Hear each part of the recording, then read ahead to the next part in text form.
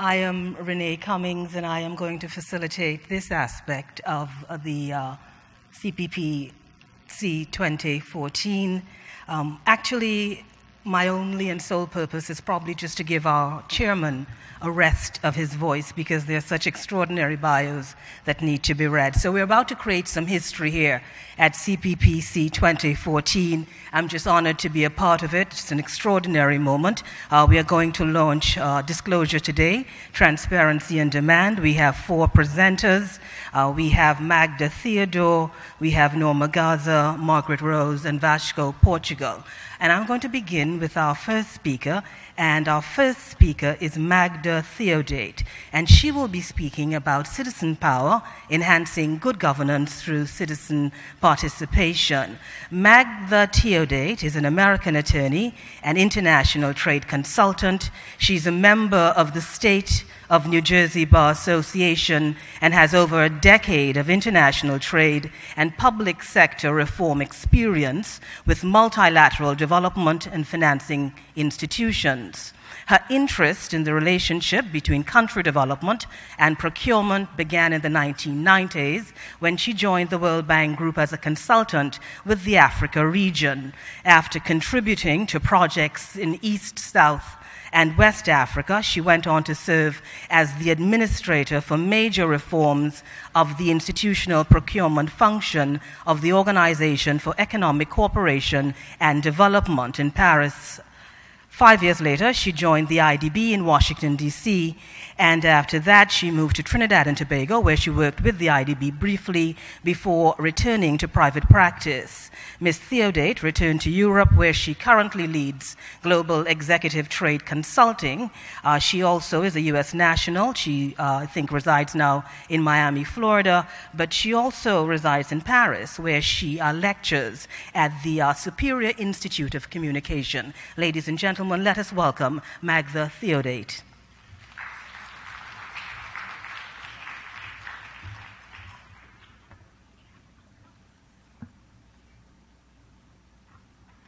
Thank you so much, Renee, for that lovely introduction. It's very kind of you. I was wondering who you were talking about. That sounded so good. Then I said, oh, that's me. Renee, and distinguished panelists and members of the audience, thank you so much for being here today. When I was asked to contribute to this event, I was told one of the conference themes was redefining public governance, empowering public sector decision makers, partners, and professionals to collaborate for change. I immediately thought of all the government capacity building projects that were hot like fire for a while, as consultants crisscrossed the globe carrying the anti-corruption and good governance torch across the unruly regions of the world.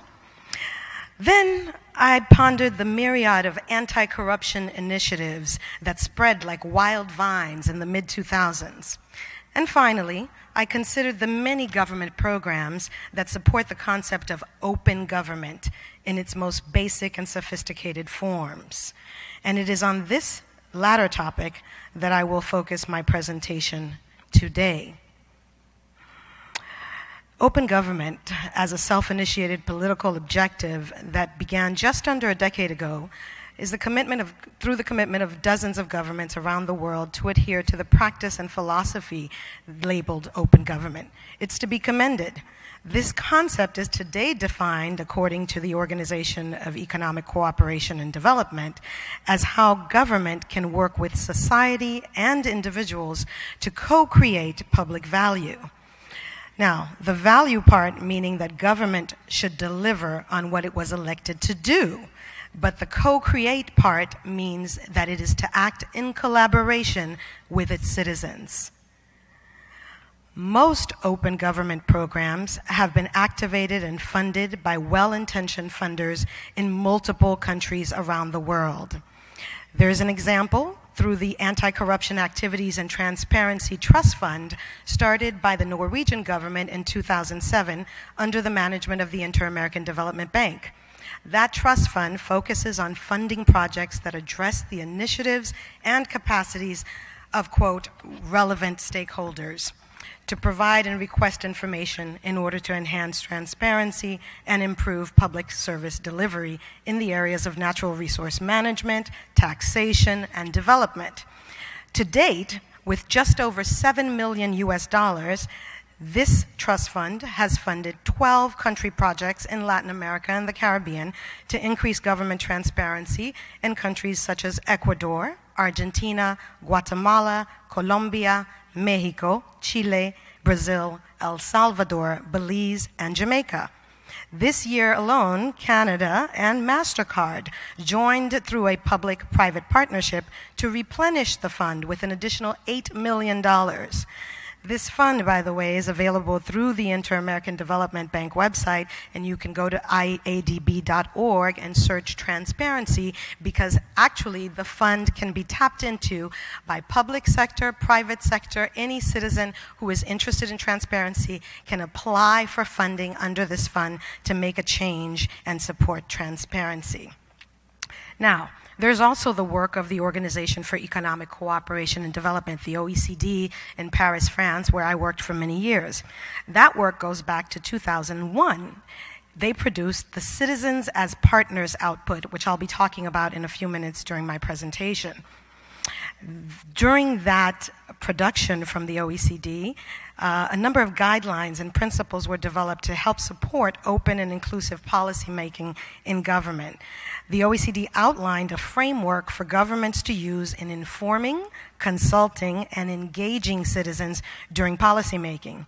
And we can find examples of government partnerships with citizens on important policy matters that range all the way from New Zealand in the Pacific to Tunisia in North Africa.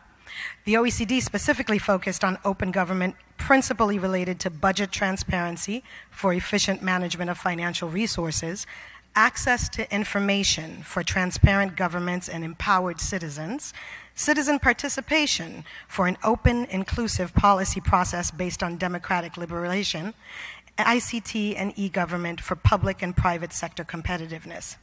But after more than a decade of Millennium Development Goals, corruption scandals that are reported in 140-character tweets, and hyper-globalization of events from the four corners of the world, we've had courtesy of the internet. I think it's safe to assume that we're all now very familiar with the basic principles of good governance. There's no question that there's still work to be done in applying those concepts by governments that preach them. Goodwill and resources abound to help government decision makers in achieving quality governance. But when considering enhancing collaboration between decision makers and citizen partners to bring about change in the governance model, an evaluation and proposal regarding the framework in which power operates for and by the citizen, him or herself, is relevant. So a central goal of my discussion today is to move away from how to further empower decision makers and instead focus on how to support people power. People power to meaningfully engage with policymakers in determining what good governance is and should be in their particular countries. Encouraging society to have access to government data is certainly one step in the right direction, but the next step is encouraging use of that data or that power, because information is power. Power to set the agenda items for public policy actions, power to get involved in public sector projects as collaborators, and engage when necessary on the offensive rather than as bystanders on the defensive. Now, many of us are prepared to protest when public agenda items begin to go wrong or affect us personally. But where are we at the onset when the government proposes the projects we may have concerns about? Where are we when the funding is being negotiated? And why do we think we should only get involved right before elections? That's not the best way to exercise citizen power. So to begin to answer those questions, we need to ask ourselves, what power does the citizen have to redefine public governance? And what are the barriers to citizen power? What have other countries done? I have a slide up right now that talks about political voice, which is really an example of citizen power and how you exercise your voice. It's not just at the time of elections. It's not just at the time when the road project goes wrong. It's not just at the time that you want or think that you should go into a hunger strike. Certainly, those are commendable actions, but citizen power is a global power that has many other components, and I hope this slide demonstrates just some of them. So, what opportunities can we seize to unleash citizen power? I think most governments agree with the principle of good governance, and some have even committed or taken steps to demonstrate their commitment through their laws, much like Trinidad and Tobago is prepared to do through its procurement legislation, which we hope will be passing soon. But implicit in such commitments are practices that make transparency and accountability more than just attractive buzzwords.